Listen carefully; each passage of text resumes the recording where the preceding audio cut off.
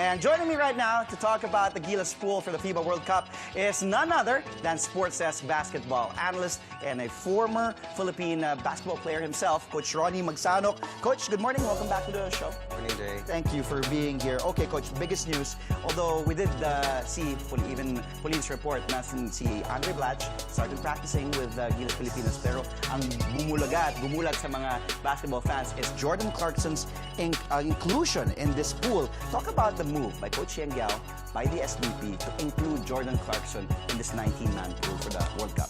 Well, I believe that that is a very sensible move on the part of Coach Yang and the SBP, simply because when you try to submit your roster to FIBA eventually, kailangan nandun sa list na kasama sila ron.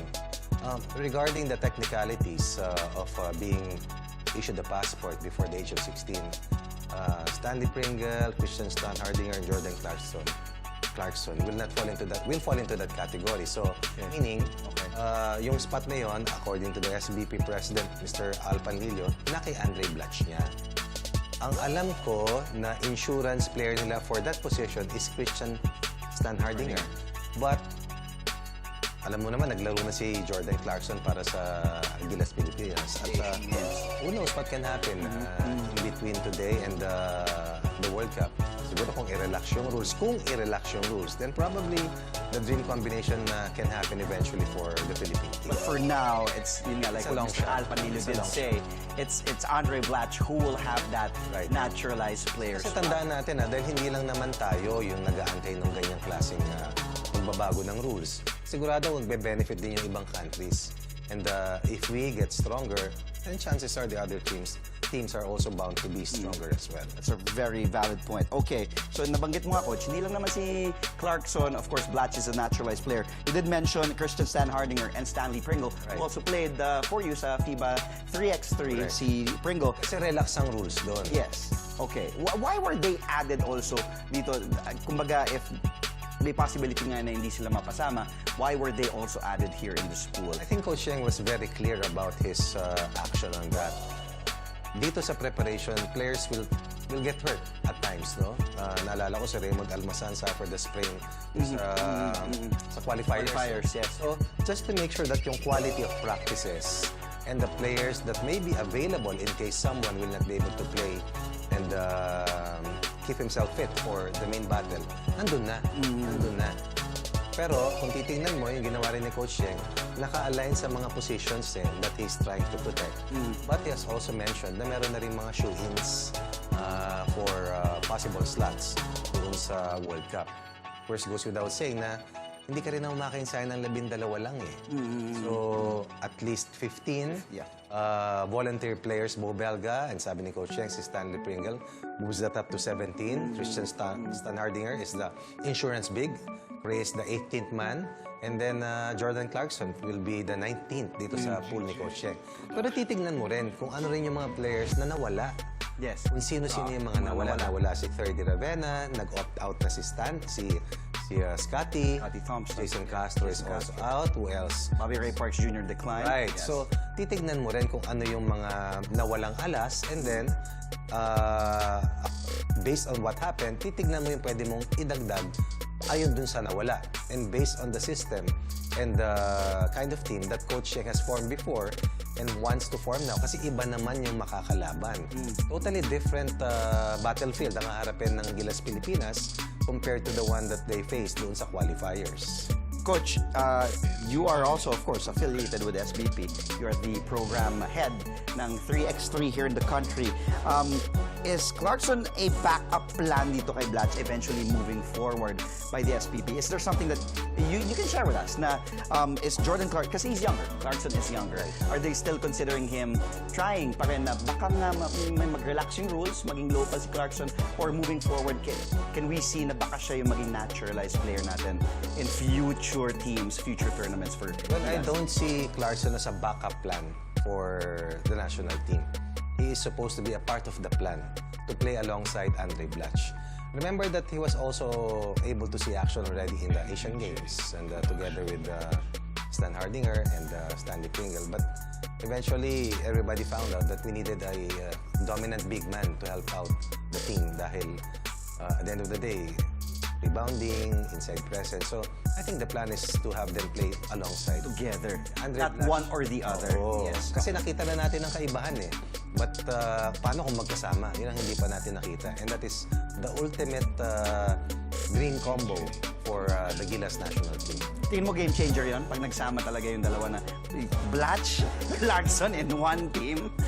Might be an understatement na game changer dahil nung Clarkson, naalala mo nung naglaro, nakita mo naman yung Games. quality. Grabe. Kailangan yan ng big man. Si Andre Blatche nadala tayo dito sa World Cup. So imagine the potential combination that the lethal combo that these two can bring on board. But for now, that will have to be may sasantabi dahil nga sa mga issues ng technicality dito sa FIBA World Cup. Nakita natin yung video ni Andre Blatche kanina, Coach. Okay ba? Like, when you saw, did you see him as condition, yung bulky, in good shape, and also we're a month and a half away from the World Cup. Do you think, with seeing Andre Blatche dun sa practice last night, okay siya in tip-top shape with the rest of the players in the pool for Well, I only saw several clips. I was not there personally. I just like to point out that the best shape I've seen of Andre Blatche previous to the last World Cup was the last two games of the Philippine team na pinanalo natin, yung mga pinanalo natin. He was a different Andre Blatche. Yeah. He was very similar to the Blatche that I saw in the World Cup competition previous to this coming one. If he's able to replicate that kind of shape that he was in, the chances are we will be really competitive. Although we will play Italy, Serbia, and Angola in that order, at least with Andre Blatche back in harness, malaking bagay yun. Dahil yung 1.5 months na sinasabi mo, I'm sure Coach Yeng wants more time together and wants more games for this pool. But with the PBA really lending its players, it's not going to happen dahil may responsibilities din sila sa mother teams nila. In fact, alam ko yung mga players who will play in the PBA finals will not be able to join the Spain trip. Kaya yung pool na maraming players. So you're protecting the pool, you're protecting your practices, but most of all, you are trying to protect your preparation. Hindi pwedeng maantala eh. Dahil every day counts, every hour counts, every minute is important dahil there's no turning back. Nandyan na yung kalaban eh. It's how you prepare and it's how you formulate your best arsenal, your topmost artillery heading to that face-off between the national team of the Philippines and of course the 3 elite teams na nasa grupo natin. I'm sure our viewers are enjoying this discussion. Coach, okay, let's dissect the 19-man pool further. We're going to see them on our screens in a bit. Let's talk about Kiefer Ravena.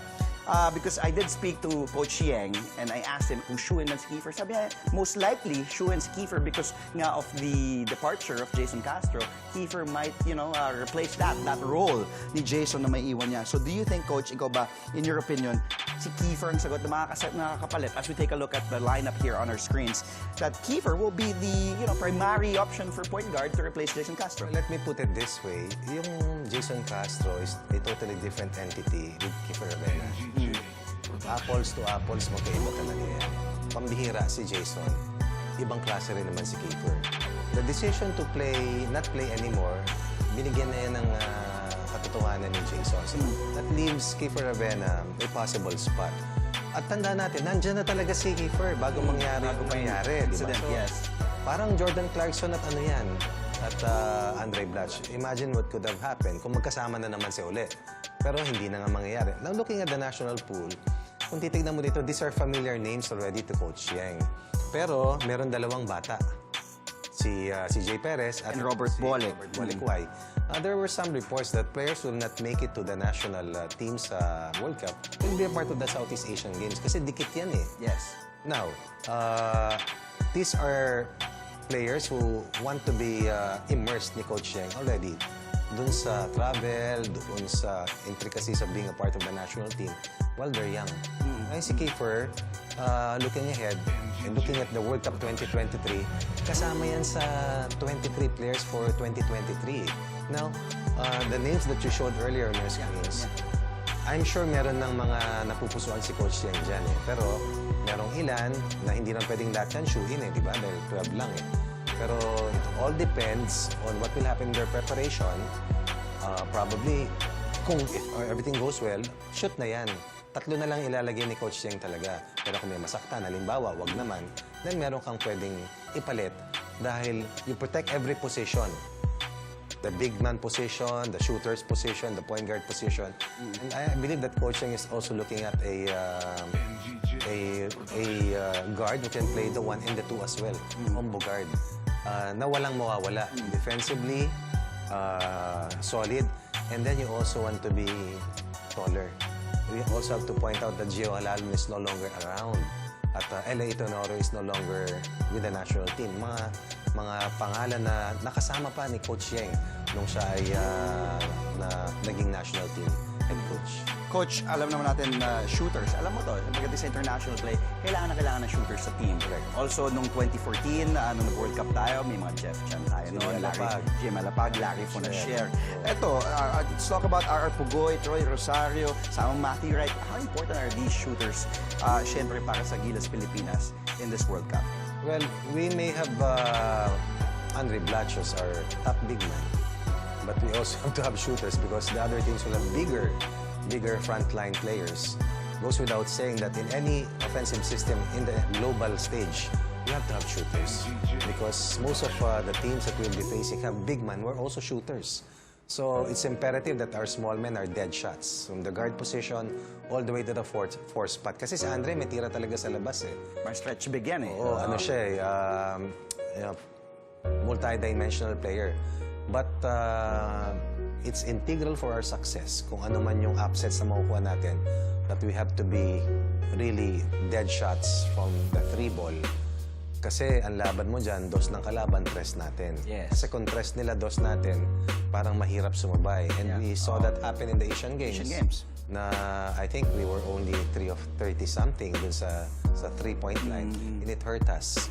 While dun sa dalawang panalo natin sa qualifiers, we shot well from the 3 ball kasi si Andre Blatche, ang laki nung nagagawa to open up our shooters. Alam ni Coach Cheng kung anong kailangan. Alam ni Coach Cheng kung ano ang pamamaraan. It's not rocket science to figure it out. But it takes a lot to mold the right players given the short preparation. So ang hanapin mo talaga, yung meron ng katangian na ganun.